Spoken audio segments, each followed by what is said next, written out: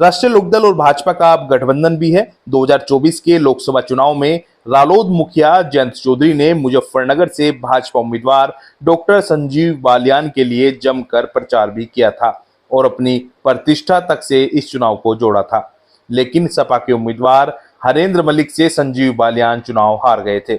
भाजपा और रालोद का गठबंधन अब भी है। मोदी सरकार में जयंत चौधरी राज्य मंत्री हैं। यूपी सरकार में रालोद विधायक अनिल कुमार कैबिनेट मिनिस्टर हैं। अब सीधे आते हैं constitution club of India Delhi के चुनाव पर। सचिव प्रशासन पद पर भाजपा के ही संजीव बालियान का मुकाबला भाजपा नेता राजीव प्रताप रूडी से था। संजीव बालियान के समर्थकों को जीत की उम्मीद थी और जीत की अग्रिम शुभकामनाएं देने का दौर भी सुबह से ही चल रहा था।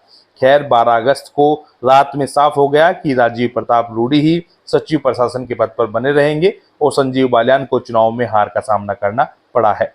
किसे कितने वोट मिले हैं ये भी जल्द सामने आ जाएगा। लेकिन बड़ी खबर ये भी है कि जैसे ही संजीव बालियान की हार की खबर आई, वैसे ही सोशल मीडिया पर चौधरी अजीत सिंह अमर रहे की पोस्ट आने लगी। सबसे अहम बात यह है कि ये पोस्ट डालने वाले यानी सोशल मीडिया पर ये नारा लगाने वाले ज्यादातर रालोद के कार्यकर्ता हैं। अब ये संयोग नहीं है कि एक तरफ संजीव बालियान की हार और दूसरी तरफ चौधरी अजीत सिंह अमर रहे के नारे। दरअसल बात यह है कि 2019 के लोकसभा के चुनाव में राष्ट्रीय लोकदल महागठबंधन से चुनाव लड़ रहे थे चौधरी अजीत सिंह और भाजपा के प्रत्याशी थे संजीव बालियान।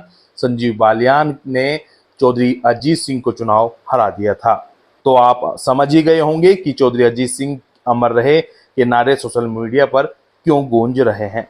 इस चुनाव से जुड़ी अपडेट हम आपको लगातार दे रहे हैं। जो भी अपडेट हमारे पास आएगी हम आप तक पहुंचाने का पूरा प्रयास करेंगे। आप सभी का बहुत बहुत धन्यवाद।